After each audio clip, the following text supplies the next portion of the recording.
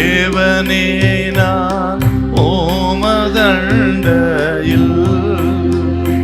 இன்னும் நெருங்கி சேர்வதே என் ஆவல் பூமியில்.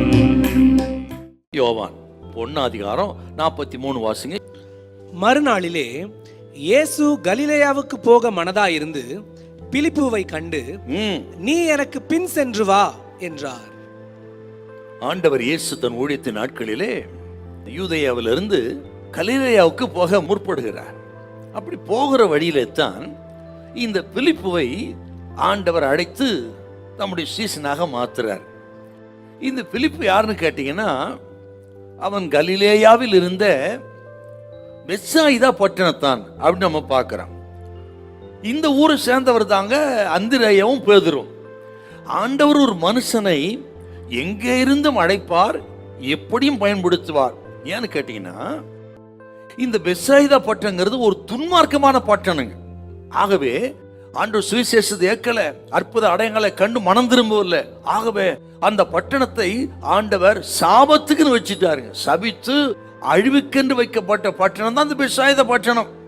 இந்த பட்டணத்தில் இருந்து தான் இந்த துன்மார்க்கமான ஒரு பட்டணத்துல கீழ்ப்படியாத மக்களால் நிரம்பின பட்டணத்தில் இருந்து தான் ஆண்டவர் அந்திரேயாவை தெரிந்து கொள்கிறார், பேதுருவை தெரிந்து கொள்கிறார், பிலிப்பியை தெரிந்து கொண்டு நமது கனமான ஊழியத்துக்கு அழைத்து பயன்படுத்தினார் என்றால், இதை கேட்கிற அருமையான கர்த்தருடைய பிள்ளைகளே, நம்ம எந்த ஒரு பட்டணத்தையும் அற்பமாய் நினைக்க கூடாது.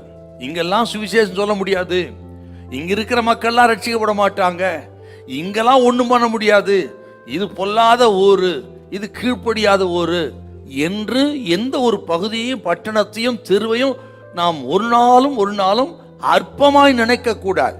எங்கே இருந்தும் எந்த இடத்திலிருந்தும் ஆண்டவர் தமது ஊழியத்துக்கு தெரிந்து கொண்டு வல்லமையாய் பயன்படுத்த கர்த்தர் வல்லவராயிருக்கிறார்.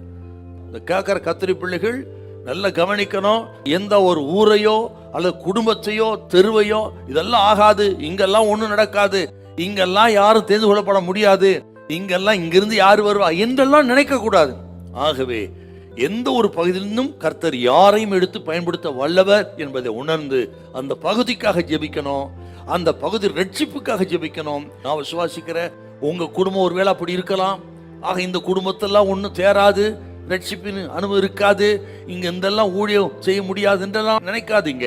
எங்க இருந்து கர்த்தர் கிரியை செய்வார். குடும்பத்துக்காக ஜெபம் பண்ணுங்க, பிள்ளைங்களுக்காக, புருஷனுக்காக, மனைவிக்காக ஜெபம் பண்ணுங்க. யாரையும் பயன்படுத்துவார், யாரையுமே இயேசுநாதர் கையில் எடுப்பார். ஹல்லேலூயா, ஹல்லேலூயா.